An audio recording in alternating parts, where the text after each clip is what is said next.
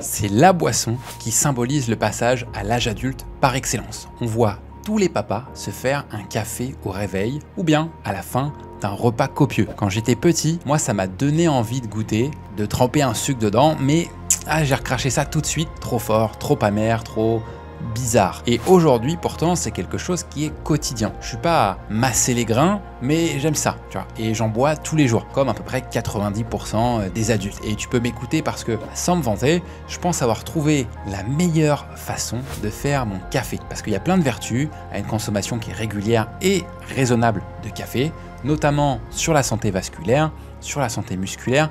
Et en tant qu'excitateur, la caféine, c'est un composé qui est particulièrement intéressant dans tes performances, que ce soit physique ou qu'elle soit cognitive. Parce que ce qu'elle fait globalement, c'est accélérer les fonctions du corps.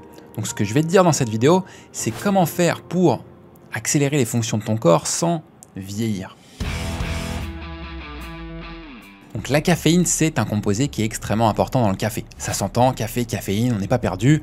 L'action de la caféine, elle se fait en concurrence avec un composé neurochimique qui s'appelle l'adénosine. En fait, cette molécule de caféine, elle va venir prendre la place d'une molécule d'adénosine sur les récepteurs de notre cerveau. À ce niveau-là, la caféine, elle n'a pas d'action à proprement parler. En fait, elle empêche l'adénosine de remplir son rôle habituel, qui va être de ralentir ton activité nerveuse, de dilater tes vaisseaux sanguins et de préparer ton corps au sommeil. En clair, le premier effet de la caféine, c'est de réduire, voire éviter l'endormissement. Et en plus de ça, la caféine, elle va activer d'autres voies neuronales comme la sécrétion d'adrénaline. On a déjà pu évoquer le film Pulp Fiction ensemble et la piqûre d'adrénaline là à Mia Wallace.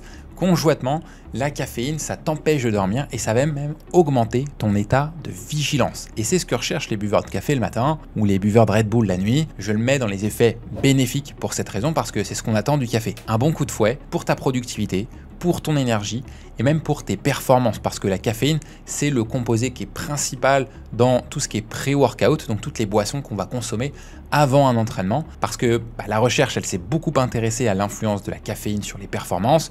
Il y a cette étude là que tu vas pouvoir retrouver en description qui montre son influence positive sur les performances en endurance et puis celle-ci également qui va montrer une amélioration des performances dans le port de charges lourdes par exemple. Et en plus de ça, le café aurait également des vertus qui sont antioxydantes, des effets intéressants donc sur la perte de gras, également sur le diabète ou même sur la réduction des risques de maladies neurodégénératives comme l'Alzheimer, comme Parkinson.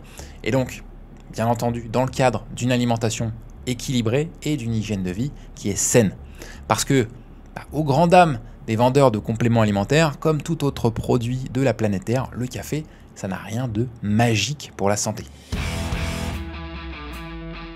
Et oui, le café n'a rien de magique et comme tous les autres produits de la planète Terre, encore une fois, il peut avoir une influence qui est négative sur ta santé. Tu dois connaître l'expression « la dose fait le poison », et bien le café, il fait pas exception à ça. En surdosage, le café, ça peut être toxique. Ça, et j'exagère même pas.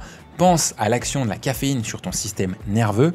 Une activation qui va être trop importante du système d'adrénaline, ça peut amener des complications cardiaques. Tu auras peut-être déjà expérimenté toi-même une journée avec trop de café, où tu t'es retrouvé avec peut-être des fourmillements, une petite pointe au cœur, ou alors une dose de pré-workout très importante, très concentrée en caféine. Ça, c'est une tachycardie, c'est-à-dire que tu as un rythme cardiaque qui est trop élevé, trop longtemps. Donc, pense aussi à l'action de la caféine sur la désactivation du système d'adénosine, parce que à long terme, c'est ton système qui peut être perturbé.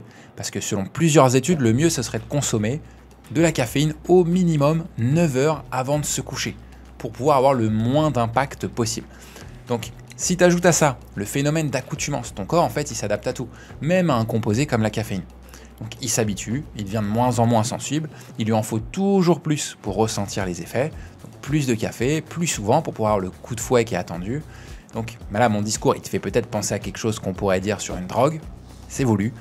J'ai connu des gens qui étaient dépendants au café, t'en connais peut-être même que tu l'as été ou que tu l'es actuellement. Ça paraît gros comme ça, mais c'est réel puisque avec des symptômes de manque ou un réel besoin de café au réveil, peut-être que c'est des symptômes que tu as déjà vécu ou que tu as déjà vu autour de toi. Mais c'est là que ça devient intéressant parce que comme toute substance, on a des différences face à la caféine et face au café. Certains, moi compris, on est très sensible et d'autres vont pouvoir boire du café le soir et vont quand même dormir comme des bébés. Il est donc nécessaire de faire les tests sur ton sommeil, sur tes niveaux d'énergie, sur tes niveaux de surexcitation aussi, selon la quantité de café que tu vas boire dans la journée. Pour moi, c'est aussi nécessaire de tester l'absence de café pour pouvoir voir notre niveau de dépendance et donc s'éloigner le plus possible d'un besoin pour revenir davantage vers un plaisir ou pour un moyen d'améliorer tes capacités à la demande, parce que les recommandations de l'EFSA, l'Agence européenne pour la sécurité des aliments, ils disent de ne pas dépasser 400 mg de caféine par jour chez l'adulte.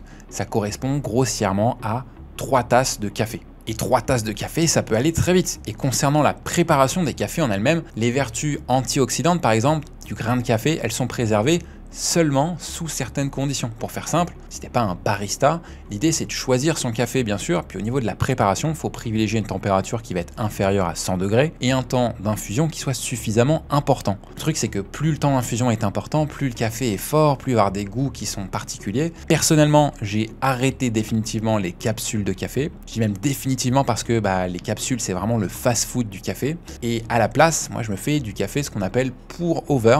Donc je vais verser l'eau, je vais la verser en 2 fois, je vais mesurer le dosage, je vais mesurer la durée d'infusion du premier puis du second, et en fait je vais aussi moudre le café moi-même. Bref, c'est le mieux pour moi en termes de goût et pour plusieurs raisons, mais d'abord parce que c'est un rituel, ça me prend du temps et donc je suis pas amené à en faire plusieurs fois comme les capsules qu'on enchaîne. On dit toujours les commerciaux ils boivent beaucoup de capsules de café parce qu'en fait c'est le fast-food du café, ça va très vite. La deuxième chose, c'est que je maîtrise aussi la provenance de mon café. Je maîtrise la mouture, l'infusion elle est lente. Voilà, attention, il n'y a pas moins de caféine pour autant, il y en a même davantage que dans un expresso. Mais voilà, j'en bois qu'un seul par jour. Et donc ça, c'est excellent. Et surtout, comme j'en bois qu'un seul par jour, il a intérêt d'être très très bon pour que ce rituel il me fasse le plus plaisir possible.